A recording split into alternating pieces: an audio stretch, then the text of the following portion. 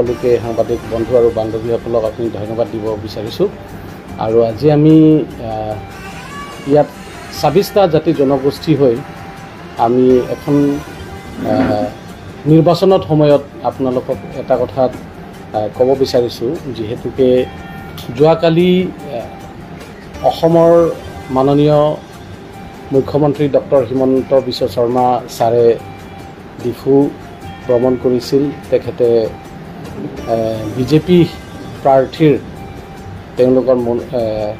তেওঁলোকৰ হেৰিটোৰ কাৰণে ৰেলীৰ কাৰণে আহিছিলে। তো তাত আমি এটা বস্তু কাৰ্বি আংলঙৰ যিটো দীঘলীয়া যি কাৰ্বি আংলঙৰ সাংবিধানিক ২৪৪ ক দ্বাৰা ৰূপায়ণৰ কথাত বহুত সময়তে বিভিন্ন ক্ষেত্ৰতে উত্থাপন হৈ আহিছে আৰু এইটো আটাইতকৈ আমি ন্যায় দাবী বুলি আমি নিজকে আমি অনুভৱ কৰিছোঁ। আৰু এইটো কাৰ্বি আংলঙৰ বিভিন্ন অকল কাৰ্বি জাতিৰ কথা দাবী নহয়, কাৰ্বি আংলঙৰ বিভিন্ন জাতি জনগোষ্ঠী ঐক্যভাৱে এইটো দাবী কৰাৰ এটা সাংবিধানিক হয়। গতিকে সেই কথা যোৱাকালি তেখেতে যে আমি ডক্টৰ হিমন্ত বিশ্ব শৰ্মা ছাৰ বুলি আমি নাভাবি পেলাই সন্মানীয় মুখ্যমন্ত্ৰী হিচাপে যিটো প্ৰেছত তেখেতে অৱগত কৰিছিলে যে আপোনালোকে যিহেতুকে প্ৰচাৰ মাধ্যমে সুধিছিলে, আপোনালোকে ৰিপৰ্টাৰসকলে সুধিছিলে যে কাৰ্বি আংলঙৰ দীঘল দিন যিটো আন্দোলন কৰি বা অট'নমাছ ষ্টেট কথা উত্থাপন কৰে, গতিকে আপুনি কি ক'ব বিচাৰে বুলি আপোনালোকে যিটো কুৱেশ্যন কৰিছিলে, সেই কথাত প্ৰসংগত তেখেতে উত্তৰ দিছিল, যিটো উত্তৰে আমাৰ কাৰণে খুব ভাল বুলি আমি অনুভৱ কৰিছোঁ। কাৰণ তেখেতে যে ইমান কাৰ্বি আংলঙৰ ৰাইজে যে সাংবিধানিক ২৪৪ কটো কিমান ইম্পৰ্টেণ্ট আৰু কিমান এটা ছেফটি, আৰু এই কথাটো তেখেতে কৈছিলে যে ডক্টৰ তুলিৰাম ৰংহাঙৰ নেতৃত্বত কেতিয়াবা গৱৰ্ণৰ আগতো তেখেতে অৱগত কৰে, দাবী কৰে, বা প্ৰেছিডেণ্ট অফ ইণ্ডিয়া আগত তেখেতে দাবী কৰে, বা প্ৰাইম মিনিষ্টাৰ, হোম মিনিষ্টাৰ তেখেতে মানে অৱগত টিম কাৰ্বি আংলঙে দাবী জনাই আহিছে। আৰু লগত আমিও আছোঁ বুলি তেখেতে যিটো কথাত মিডিয়াত আপোনালোকৰ মাধ্যমত কৈছিলে, আমি দেখিছিলোঁ, শুনিছিলোঁ, এই কথাটো আমি খুব আনন্দ পাইছোঁ। সেইকাৰণে আমি তেখেতৰ যিটো ষ্টেটমেণ্টৰ মতে যিটো আহিবলগীয়া নিৰ্বাচনৰ হোৱাৰ পিছত আমি এটা আশা কৰিছিলোঁ, যিটো আজিৰ দিনত তৃতীয়বাৰ যদি সঁচাকৈ বিজেপি প্ৰাৰ্থী বা বিজেপি প্ৰধানমন্ত্ৰী যিটো নৰেন্দ্ৰ মোদী যদি হয়, বা অসমত যিটো অসম চৰকাৰৰ ফালৰ পৰা যিটো আমাৰ সন্মানীয় doctor Himanta Biswa Sarma chief minister ছাৰে যিখিনি কথা কৈছে, আমি আছোঁ বুলি তেখেতে আমাক আশ্বাস দিছে, বা কাৰ্বি আংলং অট'নমাছ কাউন্সিলে বাৰম্বাৰ যিটো উত্থাপন কৰা কথা যদি সন্মান ৰাখে, তেতিয়াহ'লে নেক্সট আমি এটা পৰ্যায়লৈকে আগবাঢ়িব পাৰিম বুলি আমি আশা কৰিছোঁ। আৰু সেই দ্বাৰাটোহে কাৰ্বি আংলঙৰ অট'নমাছ ষ্টেট ৰূপায়ণটো সম্ভৱ হ'ব বুলি আমি অনুভৱ কৰিছিলোঁ। সেইকাৰণে আজিৰ দিনত আপোনালোকক আমি ক'ব বিচাৰিছোঁ, doctor Himanta Biswa Sarma chief minister ছাৰক আমি হিল পিপল কালচাৰেল ফৰামৰ জৰিয়তে ধন্যবাদ জ্ঞাপন কৰিছোঁ আৰু ৱেলকাম কৰিছোঁ। আমি যদি সঁচা কথা যদি হয়, তেতিয়াহ'লে তেখেতৰ লগত আমি সদায় একেলগে কাম কৰাৰ আমি আশ্বাস প্ৰকাশ কৰিছোঁ আমাৰ ফালৰ পৰাও। আৰু এটা কথা তেখেতে কৈছে, শিক্ষা ক্ষেত্ৰত বহুত ইম্পৰ্টেণ্ট বুলি কৈছে। শিক্ষা ক্ষেত্ৰত কাৰ্বি আংলঙৰ যিটো পাহাৰীয়া অঞ্চলত শিক্ষা ক্ষেত্ৰত বহুত আগুৱাই লৈ যোৱা এটা প্ৰচেষ্টা হাতত লৈছে বুলি কৈছে। ২০২৬ চনত তেখেতে ষ্টেট ইউনিভাৰ্চিটি এখন স্থাপন কৰা তেখেতে উল্লেখ কৰিছিলে।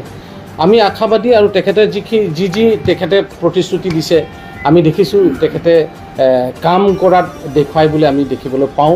সেইকাৰণে এতিয়া আমি বিশ্বাস ৰাখিছোঁ যে আগন্তুক দিনত ২০২৬ চনত আমি এখন কাৰ্বি আংলং নতুন আৰু ইউনিভাৰ্চিটিত আমি পাম। সেই ইউনিভাৰ্চিটিৰ জৰিয়তে যে সমগ্ৰ কাৰ্বি আংলঙতে বিভিন্ন জাতি জনগোষ্ঠীয়ে ছাত্ৰ ছাত্ৰীসকলে ইয়াত আমি শিক্ষা ক্ষেত্ৰত আগুৱাই লৈ যোৱা এটা ৰাস্তা পাম বুলি আমি আশা কৰিছোঁ। আৰু সেইটো তেখেতে কেৱল প্ৰতিশ্ৰুতি নহয়, তেখেতে কামৰহে আমাক প্ৰয়োজন হ'ব বুলি আমি আশা কৰিছোঁ, আৰু ছাৰে সেই কামটো কৰি দিব বুলি। সকলোকে নমস্কাৰ। আমি আজি হিল পিপল কালচাৰেল ফৰাম বুলি ক'লেতো কাৰ্বি আংলঙত থকা জাতি জনজাতীয় এটা সংগঠন ২৬টা আছে ইয়াতে আমাৰ স্পেচিয়েল ফেমিলি। আৰু বিশেষকৈ আজি আমি গোটেই সাংবাদিক বন্ধু ভাইবিলাকক কৃতজ্ঞতা জনাইছোঁ যে আমি আজি প্ৰেছ মিট কৰিব দুটা কাৰণত কৰিছোঁ। বিশেষকৈ আমি আজি মুখ্যমন্ত্ৰী অসমত ডক্টৰ হিমন্ত বিশ্ব শৰ্মাদেৱ যোৱাকালি আহি কিনি প্ৰেছ ষ্টেটমেণ্ট এটা ঘোষণা কৰিছিলে যে আমাৰ 244 article 244A of the Indian কনষ্টিটিউশ্যনটো মানে যিটো আমাৰ পাহাৰীয়া অঞ্চলত থকা ডিমা হাছাও কাৰ্বি আংলং এই দুটা জিলাৰ কাৰণে এটা আমি আগৰ পৰা আমি দাবী কৰি অহা যে সাংবিধানিক আমাৰ এইটো বিচাৰাটো মানে ষ্টেট গভৰ্ণমেণ্টে এইটো সমৰ্থন দিয়ে বুলি নিজে যোৱাকালি আপোনালোকে গম পাইছে চাগে। আৰু ছেকেণ্ডলি হ'ল যে লাইক এতিয়া তেখেতে কৈছে যে ষ্টেট ইউনিভাৰ্চিটি এই বছৰৰ পৰা দিব। সেইটো কাৰণে আমি মানে ভাল লাগিছে সঁচাকৈ। আৰু এইটো প্ৰমাণ কৰিছে যে লাইক আমাৰ মুখ্য কাৰ্যবাহী সদস্য ডক্টৰ তুলিৰাম লংহাঙে কামেৰে সি পৰিশ্ৰম কৰি দেখাইছে যে লাইক মানুহবিলাকে উঠাইছে লাইক ইলেকশ্যন আহিলেহে 244 আৰ্টিকেল ইছ্যুটো কয়, কিন্তু তেনেকুৱা নহয়। সি সঁচাকৈ প্ৰাইম মিনিষ্টাৰ লেভেলতে হওক বা য'ত হাই লেভেল হিচাপত সি তেখেতে মানে দাবী জনাইছে এইটো পাব্লিকৰ ডিমাণ্ডটো। এইটো মানে মই বিশেষ ভাল লাগিছে অন্তৰত। আৰু কাৰ্বি আংলং ৰাইজকো মই মানে ক'ব বিচাৰিছোঁ যে লাইক এনেকৈ ষ্টেপবোৰ আমি মানে আদৰ ল'ব লাগে আৰু এইটো আমি মানে ৰেচপেক্ট কৰিব লাগে। আৰু একেলগে অট'নমাছ ষ্টেট যদি হয় এইটো চবৰ কাৰণে হ'ব। সেইটো কাৰণে ইয়াত পলিটিকেল ইছ্যুটো বনাব নালাগে, মই এইটোও ক'ব বিচাৰিছোঁ। যাতে যেন ইয়াত মানে আমাৰ ডক্টৰ তুলিৰাম লংহাং ছাৰে যি কাম কৰি গৈ আছে সেইটো মানে ৰাইজে সমৰ্থন দিব লাগে। আৰু এতিয়া বিজেপি চৰকাৰে এতিয়া ক'ব গ'লেতো ভাল কামেই কৰি আছে, 10 বছৰে হৈছে। আৰু 10 বছৰৰ ওপৰেও মই বিচাৰোঁ যে যদি এবাৰো যদি সময় দি দিয়ে আৰু ভাল হ'ব নেকি বুলি ভাবোঁ। সেইটোৱে আৰু মই ক'ব বিচাৰোঁ। Thank you. কওক ইয়াত আহক, অলপ কৈ দিব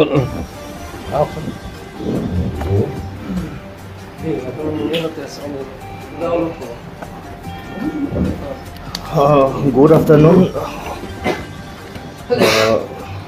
It is really a matter of great joy and a proud moment for the people of Karbi Anglong, West Karbi Anglong and Dima Hasao district.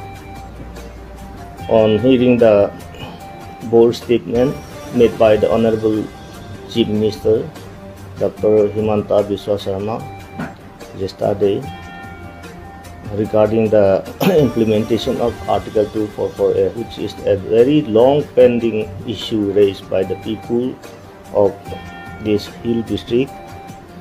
And at the same time, I also appreciate the Honorable Chief Executive Member Dr. Tuliram Longhaang for pursuing this matter vigorously to the national and state level. And I, on behalf of the Hill People Cultural Forum, would like to appeal to the government when it is formed to invite the authority of Karbi Anglong Autonomous Council and all the stakeholders for detailed talks for the full implementation of Article 244A so that it can be achieved.